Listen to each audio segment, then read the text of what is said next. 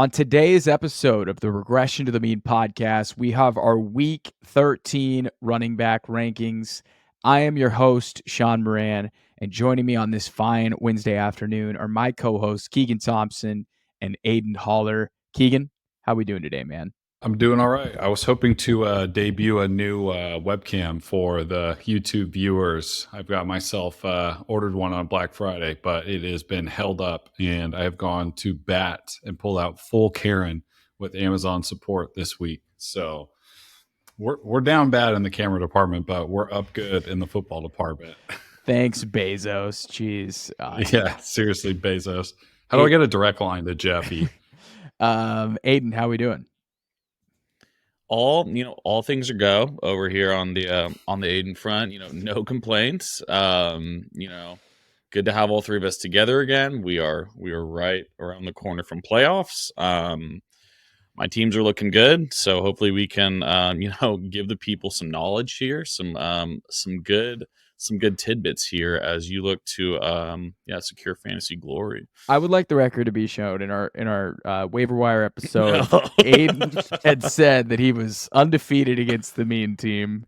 I beat him in Dynasty and I beat him in Redraft. Okay, he's beaten us twice each in another league, so he can have that. But he is not undefeated against the mean team. All right, I'm 7-2.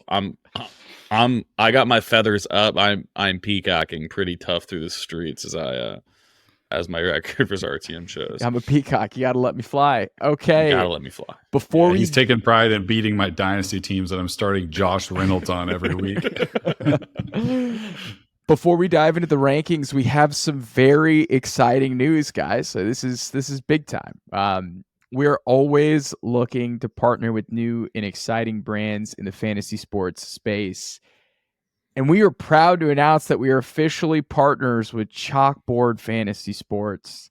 Guys, we're pumped. This is amazing, right? And the Chalkboard Picks game is incredible. You can win up to 100x your money by simply choosing more or less on the projected stat lines of your favorite NFL players.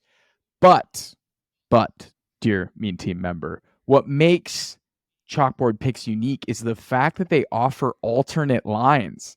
For example, this Thursday, you think the Seahawks are going to have to play in catch up, and Geno most likely needs to throw for a ton of yards to beat the Cowboys. But you're a little hesitant to take his over 220 pass yards. Well, on Chalkboard, you can bring down Geno's 220 pass yard total all the way down to 199 yards.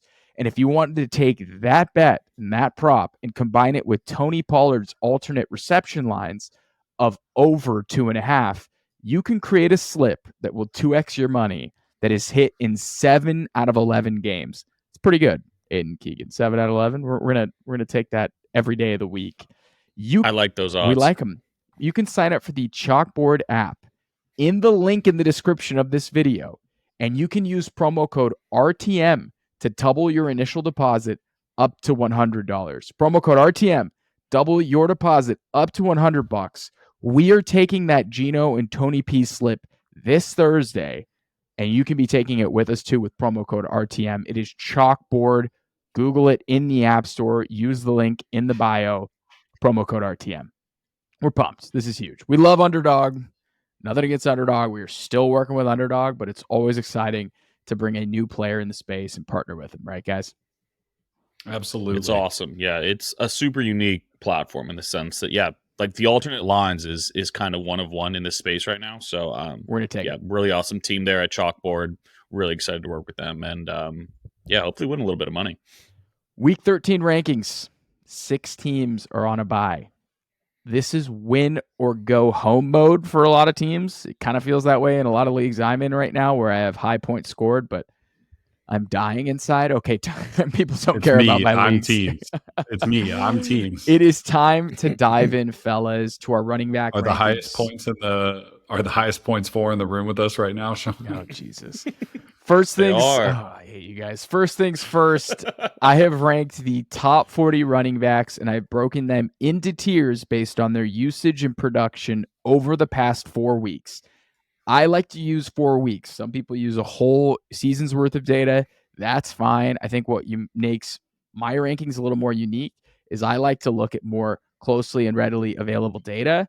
I find that season-long data can be helpful and directional, but 4 weeks gives us a sweet spot, about a month of production that I think is sticky over the course of the rest of the season. And I've paired that production and fantasy usage with their week 13 matchups. And I have enlisted the help of my co-hosts, Aidan and Keegan here, to go tier by tier with me and get off some of their biggest hot takes, some of their best reads on my rankings, maybe some of the biggest disagreements they have in my rankings, because we want to give you the best available options come this Sunday when you're trying to win to make it into the fantasy playoffs. Are you guys ready? Oh, I'm so Fired ready. up. All right, let's get into it. I'm pulling up the rankings now. So first things first, I have a core 5 here, my top 5, and this is my first tier. And these rankings are PPR, full point, by the way. You got a problem with it, I don't know what to tell you. Go be a boomer and play standard. Okay, 1 through 5, half the audience drops off through that. You got to love that. Don't antagonize the audience. Okay, 1 through 5. Running back 1 on the week, I have Christian McCaffrey. Running back 2, King Kyren Williams. Running back 3, Tony Pollard. Running back 4, Bijan Robinson. Running back 5, Alvin Kamara. 2 big risers in this tier for me are Kyren Williams and Bijan Robinson. I've got Kyren 4 spots ahead of Fantasy Pros expert consensus rankings. And this matchup against the Cleveland Browns front looks a little bit more imposing on paper, but they could be down 5 of their top defenders. You pair that with Kyren's usage and efficiency. The guy has played in 7 games this year, and he has 4 top 4 finishes. 4 top 4 finishes in 7 games against a banged-up Cleveland front. I'm taking Kyren Williams as a top 2 play this week. And then I've moved Bijan Robinson steadily up the ranks, much to the joy of Aidan, who's got a lot of Bijan this year. I think Keegan has Bijan too. I'm the only non-Bijan guy right now. If you didn't get the memo, it's not too late. It's officially Bijan Robinson's season. The pass catching role with Ritter remains top 5 in fantasy. When Ritter plays, he targets Bijan. Another 6 targets for Bijan last week. He gets a matchup against the Jets defense that has consistently gotten gashed all season by running backs. I think it's time to fly. I've got him 5 spots ahead of expert consensus rankings, and I feel real comfortable with Bijan here in the top 4. I guess Alvin Kamara I'm down on because I'm moving up guys like Tony Pollard, Kyren Williams, and Bijan Robinson, even though Alvin's got a smash spot situation with so many receivers potentially missing time. I'll pause here, guys. First tier. Keegan, thoughts? No thoughts. I think it's right to have Kamara as a top 5 play this week. Like you mentioned, so many receiving options out for the Saints. I don't know if Chris Olave is going to play. I saw he did practice today, but that doesn't guarantee he actually clears protocol. Love that Tony Pollard is back. The posse is alive and well. Back-to-back games with touchdowns, 80-plus scrimmage yards at back-to-back games as well. Seahawks, they're allowing 1.1 rushing touchdowns a game and about 131 scrimmage yards to running backs right now.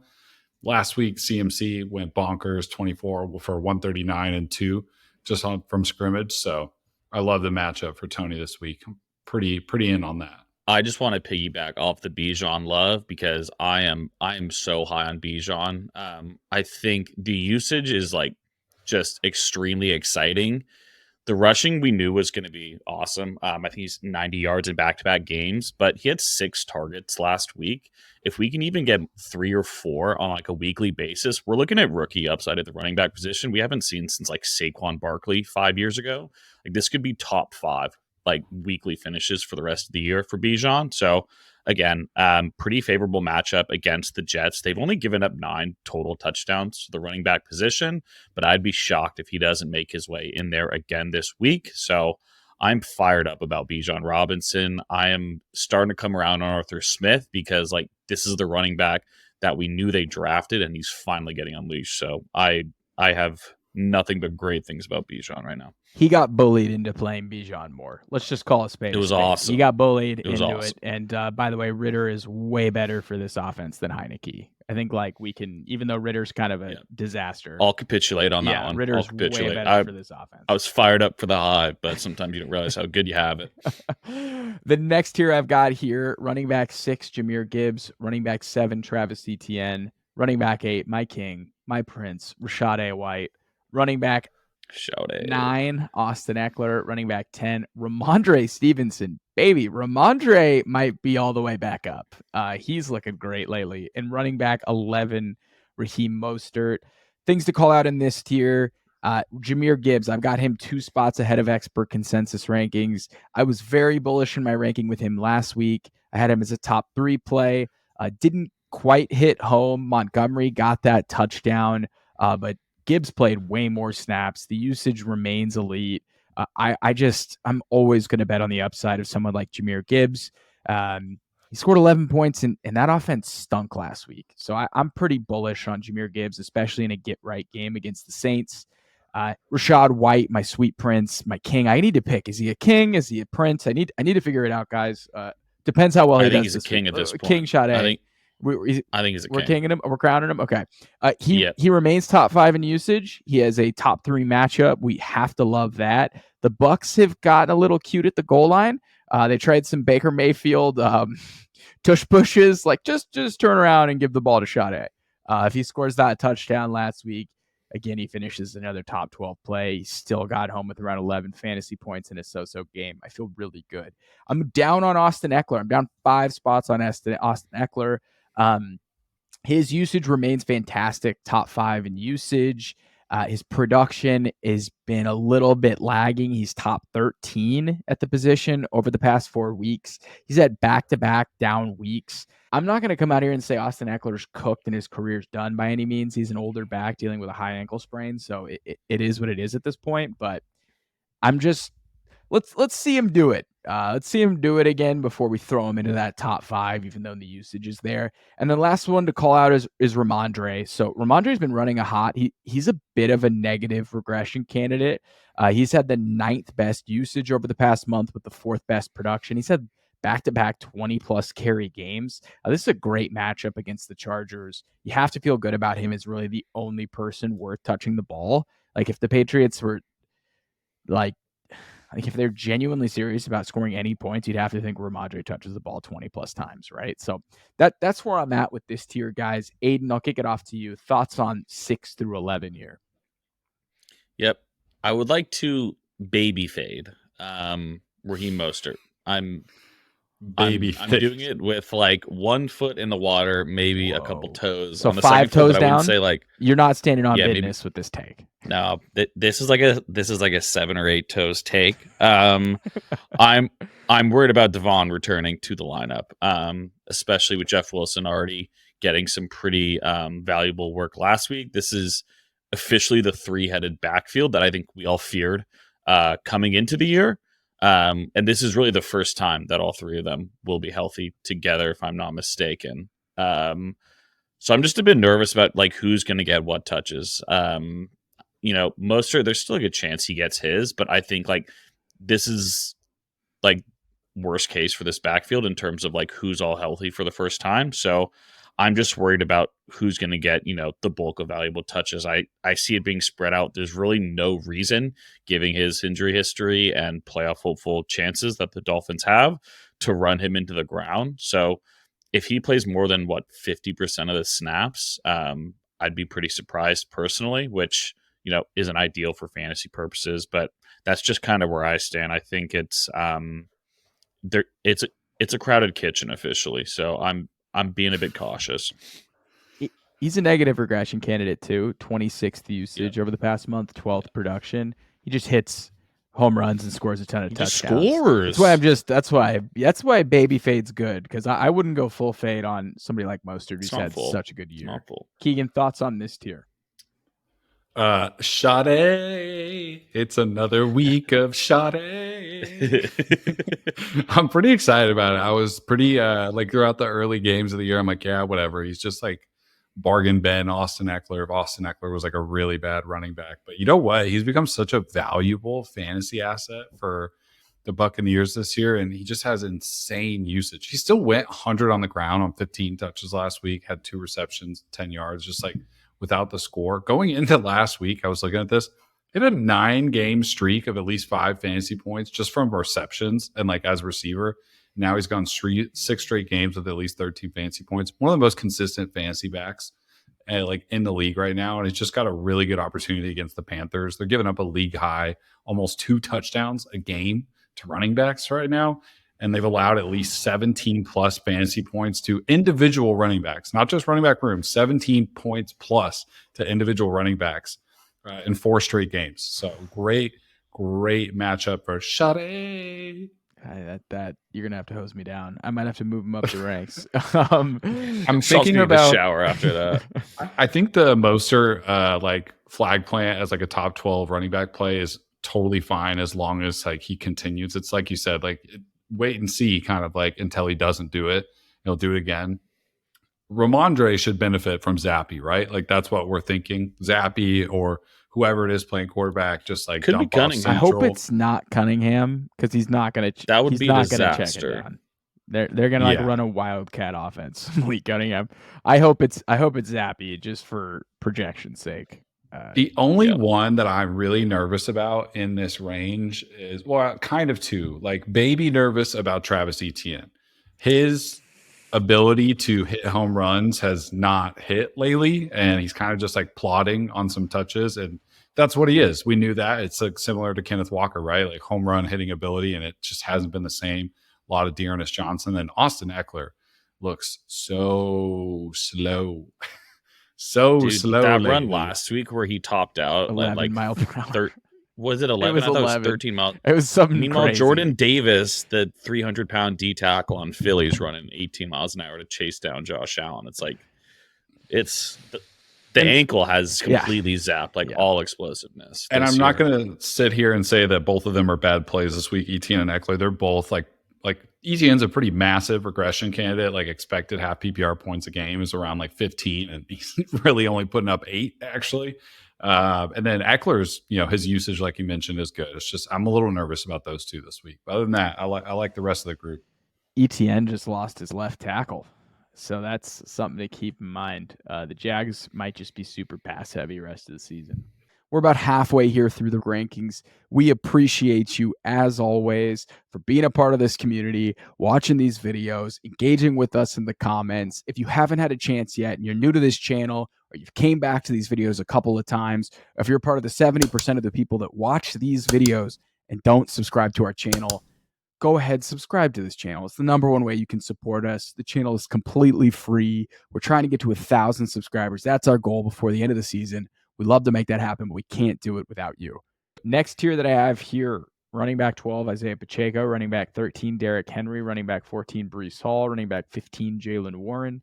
Running back 16, Zack Moss. We'll miss you, JT. Running back 17, Javonte Williams. So I'd say the big riser in this group for me is Jaylen Warren. He was pretty disappointing last week against Cincy. Najee looked fantastic. But this is about as good of a matchup as you're going to get against Arizona. Running backs are averaging 26.2 fantasy points per game. And we just saw Kyren go off in the screen game, long runs. It just kind of seems built for Jaylen Warren to just gash this defense. So I'm super high on Warren this week, even with Najee lurking. And then Zack Moss. Come on, you're really not going to put Zack Moss in your top 16? The guy scored 30 points the last time you played Tennessee. I'm not doing this again. I learned from my mistakes. So what do you guys think about this tier here? I challenge you to bump Najee Harris up in your rankings. As the president of the anti-Najee club, why not Najee versus Warren? Najee's heating up right now. I mean, he has consistently been very good, whether we like to admit it or not. I mean, he scored at least almost 16 PPR points in 4 of his past 6 games. And I feel like the matchup is wonderful. Everything you highlighted. I'm not saying they both can't eat, but I think it might be a Najee week. I bet they finish right next to each other, if I had to guess. I just like Jaylen Warren's home run hitting ability. That's the only reason I got him higher. Same. So you have to choose one or the other, and I'm going to go with Warren, but I think Najee is a great play this week, and I wouldn't be shocked if he outscored Warren. I saw Kyren Williams house like multiple 50-yard plus touchdowns, right? So you have to think that Jaylen Warren's got that in his bag this week. Before I toss it to Aidan, I just want to highlight Pacheco. I'm almost considering a top 10 play this week. Jarek Old Man McKinnon, groin injury, his crotch is hurting and he's 38 years old. So, I mean, last week, season high in fantasy points, 2 touchdowns, season high snap share too, 78% of snaps, 15 rushes, 55 yards, 2 touchdowns, also 5 receptions. When Jerick McKinnon's not there, to take up some of the pass catching role, it's just all going to Pacheco as well too. And Packers are pretty beatable on the ground, 4.2 yards a carry and 7th most rushing yards per game too at 105 yards. And then last week, Monty, of course, went 15, 71 and a touchdown. So I like Pacheco as almost a top 10 guy this week. I would put him probably above Eckler and maybe just Eckler. I would swap those two this week. That's kind of where I'm at with Pacheco. That's a flag plant. Love that. That's a flag plant. Aidan? Yeah, I like Pacheco too. I don't have much on top of what Keegan said, but I think the injury to Jarek obviously helps him a lot. I love Zack Moss. Absolutely love Zack Moss. The guy was an RB1, certified RB1, top 10 play. What was it? He's 10th in the league in rushing yards still, by the way, just as an FYI. Dude, it's out of control. He finished outside of the top 15 just twice between weeks 2 to 8, and that included 4 top 10 finishes. He now gets all of the touches. It's only him in that backfield, and we've seen what he can do. Does he replicate another 30 burger versus Tennessee? Probably not. But I think you can bank on him getting in the end zone, having a couple catches, and giving me probably 15 to 20 points, probably pretty safely. So I absolutely love Zack Moss. In games without Jonathan Taylor, he averaged 22.3 rush attempts per game. 22 rush attempts per game, and it was averaging almost 112 yards a game in each of those two. And he was catching 5 balls a game too. It was insane. They were absolutely force feeding the guy, and he looked awesome doing it. He still looked awesome, kind of as a second gear to JT. 50 rush yards last week, right? He had he had this super sweet spin move on one play. I was like, whoa, that was cool. I missed hashtag good. He's good at football. I don't know how you could have him not on the fringes of RB1 territory, in my opinion. You could probably move him into the top 10. But I completely agree.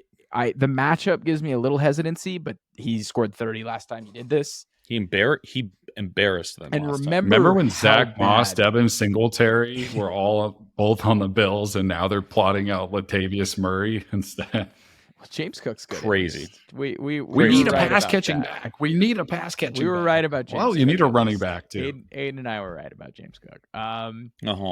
This next tier that I've got here is kind of the fallers tier. It's the smallest one. Running back 18, DeAndre Swift. Running back 19, David Montgomery. Running back 20, Devin Singletary. Running back 21, Najee Harris. Running back 22, Joe Mixon. So DeAndre Swift has a brutal matchup against the Niners defense that really limits opposing running backs. They don't let anybody points. Yeah, I mean, even though their EPA, they get beat on the ground, but they limit fantasy. It doesn't points. turn into fantasy it just production. Really doesn't. You're going to need Swift to catch 4 or 5 balls for him to hit home. And his usage has been trending downward for the better part of 6 weeks now. Ask our Scott Fishbowl team that. And David Montgomery, running back 19 here. If I'm going to be super bullish on Jahmyr Gibbs and get him in the top 6, it's going to have to impact Monty. New Orleans has a pretty good run defense, and he's a negative regression candidate. He's been the running back 9 over the past month with the running back 35 usage. So something's got to give. Yeah, that 75-yarder will definitely help. That 75-yard house call against the Chargers. I didn't know he had that in his bag, to be honest. I didn't either. And that run was run of the year. That run was nasty. Yeah, what was awesome. It reminded me of that run in Chicago, Aidan, that Big Cat always references, like the run, the one that didn't really score, but it was like a really nice run. It was just The Khalil. run. It was just her. Or was it Monty? It was Monty. It was Monty against the Packers running for like 60 yards. It was and then he gets tackled at the 3 and they like turn it over or something after. Always remember the run. And then you're not benching Joe Mixon this week because you're down a ton of good running backs because of buys, but matchup downgrade against the Jags defense that's quite good against the run, and then offensive infrastructure downgrade. It doesn't matter how many targets he may get. This team is not going to score a ton of touchdowns. It doesn't look pretty. What do you guys think about this tier, which is kind of my fallers tier? This is a tough tier. I just wanted to highlight Joe Mixon. I think just like one, it's another tough matchup. It was pretty brutal last week against Pittsburgh. Doesn't get much better this week, but I really don't see it getting much better for the rest of the season. It's hard to envision a world where Cincinnati's going to be in good game scripts where, they take a lead and just, run the air out of the football. So this is a tough one for me. To your point, you have to start him, but like you've got to just be like clenching your butt cheeks a little bit, just knowing like there's no way this goes well. It's just like one of those things you just know you have to do. I don't know. This is just it's not great. It's a he tough needs one. a positive game script to be like an effective back, honestly. Like not even just like in fantasy, but in or general. A ton of checkdowns or something. I don't know. Like I just don't know how he hits home. Even at RB22, I see that hard. It's just he had I think it was like 35 total yards. No, it was like 55 total yards last week. He had like a 30-yard catch. The split was terrible. I mean, 8 rushes for 16 yards, and he had 2 receptions for 44 with like a huge percentage coming on one catch. And like with Jake Browning, how do you predict what their game script's actually going to be? No, it's bad. Jaguars are also like pretty stingy to running backs on the ground, like 3.6 yards per carry and like fewest rush yards per game to running backs. But the kicker here is if Jake Browning can get the ball out quickly to Joe Mixon for some dump offs, Jaguars are allowing 7.2 receptions to running backs a game. 7. That's a huge number. And they allowed Singletary to go for 6 for 54 in receptions last week. So there's a path, but it's a tricky path for sure. And then speaking of Singletary, I kind of like him again. It was a little bit of a weird game script last week with Pierce back in. I mean, Singletary only rushed for the ball like 6 times, which is crazy to think about, but also did have 6 receptions, turned that into 54 yards, like I mentioned. And I think the Broncos are pretty beatable on the ground. I mean, most rushing yards per game, 133 a game, and most fantasy points per game to the position. So it's like, it was from that Dolphins game. It still doesn't come down. it hasn't come down. It's like crazy. Obviously they got tore apart, like but it's 300 yards. That was crazy. Yeah. It's still a decent matchup for Singletary. And then, I mean, Swift, I like Najee. I already talked about that. And then Monty, you're probably just get a touchdown, walk out with 13 points, 12 points, be happy with it. That's just kind of what Monty is, and I'm totally okay with that. Just give me a touchdown, a ton of dust, and it's just like, you did your job, brother. You did your job. The next tier that I have here, you're gonna have to start all these guys because of buys, but you're starting to get into the I don't feel that great about it. Running back 23, I've got AJ Dillon, aka AJ Villain. Running back 24, Zach Charbonnet. Running back 25, Jerome Ford. Running back 26, Kareem Hunt. Running back 27, Bijan Robinson. Running back 28, James Conner. AJ Dillon, aka AJ Villain. The efficiency is definitely not going to be there. It's going to be 3 yards and a cloud of dust, but the touches will be. I mean, somehow, some way, he's going to get to 12 fantasy points, and you probably can't bench him this week. Zach Charbonnet, bad matchup, but he's looked pretty good in the expanded role. I think Kenneth Walker's doubtful for this Thursday. Brutal that the Seahawks play last Thursday and this Thursday. That's pretty fucked up. They didn't even get the 10, like the mini bye. Yeah, that's at least they get a mini one after, but that's brutal. That's a brutal schedule. That's brutal. Geno's willingness to check down. He didn't do it really that much until the end of the game against the Niners. If Geno's willing to check down, Zach Charbonnet could have a nice game. And James Conner, I'm really down on Conner this week, guys. The usage just hasn't been great. And look at the splits of Connor with and without Kyler. It's pretty dramatic. He doesn't get the dump offs. Kyler takes a lot of the rushing production. It's pretty stark. So this is like kind of the last of the startables. We have some fringe guys in the next tier that I think are possibly startable too. Thoughts on this tier before we kind of round through the last 10? I don't really have any thoughts on this tier, to be honest. They're kind of just like, bleh. Don't love AJ Dillon this week. Sharp, you start him because the role, but it's kind of bleak. Yeah, I like Sharp. I think like his usage is by far the best out of this group over the last 2 weeks. Like just looking at like over 85% snap share, 19 plus touches. The guy hasn't found the end zone yet. I'd be willing to bet money that Sharp gets in the end zone for the first time in hhis young NFL career this week. So you can I take think that, the usage. You can take that to Chalkboard Sports and put your money where your mouth is. I'm gonna put a slip up for people. I'm gonna put my money where my mouth is. I'm standing on business. I'll do Sharp and we'll see who else I need to go. Jake's Ferguson looking at me funny for any time touchdown on Chalkboard. I'm telling you that. Sharp's gonna get in though. It's a rough and matchup. then like what you said about Connor too. Like it sucks that like once you get in the 5-yard line, it's like Kyler might just vulture you. It feels like DeAndre Swift. It's like you just know the quarterback is gonna take everything from you. Like last week, he had that like sweet like 20-yard rush. He's like misdirection, like gets inside the 5. Next play, quick read option, pull for Kyler, 4-yard touchdown. It's like you probably didn't deserve that one, but that's just and bad news bears for Bijan Robinson this week in a matchup against Miami that they're most certainly going to have to keep up in. And that's not a game script that's going to work well for. It could be Gibby for 50 Cent himself. It could be a Gibby week. Robinson Gibby could gets a ton outscore of targets though, so he might does. get home in the. He's a hard guy to rank. I'm telling you guys. He only had 3 targets last week, though. I mean, in the passing game, that's not going to cut it in a matchup where they're going to be chasing points. I guess because Curtis Samuel's healthy now, like he's the alpha, so I don't know what to do with that offense. Yeah, they've got if you look at the splits towards the end of the game too with the Commanders. Wow, I almost just said the R word. I forgot. They are obviously leaning on Antonio Gibson and kind of like negative game scripts, and they're playing catch up. So it's rough out there for them. Next tier that I have here, you have pretty much I think 1 or 2 guys that are really startable. I guess running back 29, I have Devon Achane. Running back 30, Chuba Hubbard. Running back 31, Rico Dowdle. 32, Tyjae Spears. 33, Ezekiel Elliott. 34, Samaje Perine. 35, Tyler Algier. A lot of backup running backs in this range. So Achane, it's pretty clear he's the skeleton key in this offense. It just looks so much more explosive when he's out there. They look like legitimate Super Bowl contenders when he's running around doing his thing. And you can tell he's that important because clearly he could have came back in the game against who did he get hurt on the second play against? I already talked about it with my therapist, so I dumped that one out of my brain. But he gets hurt on the second play, could come back in. They're like, hey, we're going to put you on ice. And then they put him on ice this week on a short week. It's trending towards he's going to play.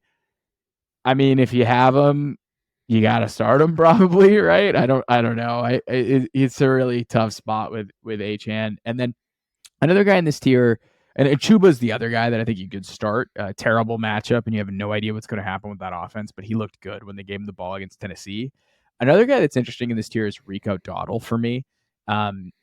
He's got such a great matchup. There's a possibility that Dallas just dog walks the Seahawks, and it's one of those, Tony Pollard plays 2.5 quarter games, and it's just the Rico Dowdle show. Time for him to go off. God, that would suck. And he just sees a lot of run at the end of the game. And if that's the case, like he's kind of a sneaky play. I have to play Samaje Perine this week because I have 5 guys on a bye that are all running backs. I don't know why I did this to myself. I think I'd rather play Dowdle, even though Perine's more consistent.